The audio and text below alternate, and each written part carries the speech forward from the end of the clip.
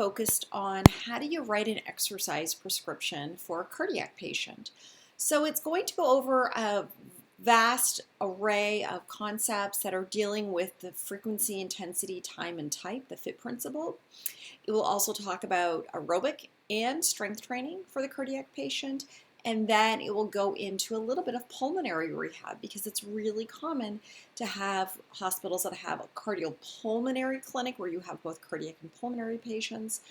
So it's really important that we're able to juggle both heart disease and lung complications. So my goal with this lecture is to make sure that all of you, are somewhat at a basic level able to take someone's intake, their assessment, where they're at day one of cardiac rehab, and write them an individualized program that is safe for their diabetes, for their blood pressure, for their heart disease, for their lung problems. So you got to weigh in all of the data that we're able to collect and write them a program. Obviously, when you're writing a program, you want to remember that you are always monitoring these patients, so it's not like you're sending them home on a home exercise program.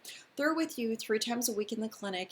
You're taking their blood pressure, they're on the EKG telemetry unit, and we're really managing all of their comorbidities or risk factors. Our goal by the time they complete rehab, if they do the entire program, it's 12 weeks, others are going to be an accelerated program, is to get them back to work, get them healthy, get them feeling better and stronger with more vitality.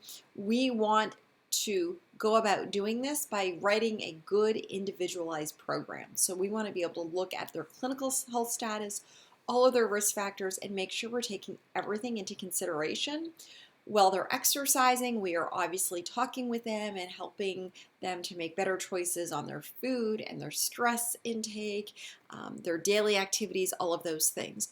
So without going through every slide in this PowerPoint, I just want to touch on a couple of things. And one of the things I want you to realize is that the basic structure of a cardiac rehab center is that they're going to get referred to us by a physician, and then we, exercise physiologists, some places the nurse, are going to do that baseline intake, the assessment with them. Many times that assessment will include a stress test. Stress tests are great because it provides us, the exercise people, physical data, right? You're able to watch them walk on the treadmill, heart rate response, all of those hemodynamic changes. We can figure out a MET level. Once we have a stress test, we are really able to write a good program. Not all patients will have a stress test, but what the biggest thing about doing an assessment is you want to get their basic health status, and we really want to know as much as we can about their ischemic threshold. At what point does the body begin to be ischemic? So once they're ischemic, we want to keep them below that level of ischemia.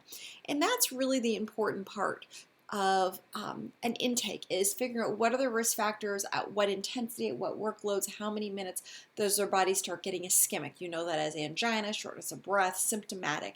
We want to keep them below that level of ischemia. I want you to understand the frequency.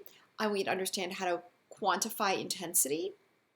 Because they're on medicines such as beta blockers, what are some of the ways you're going to be able to monitor intensity? What types of exercise machines are you going to be putting them on?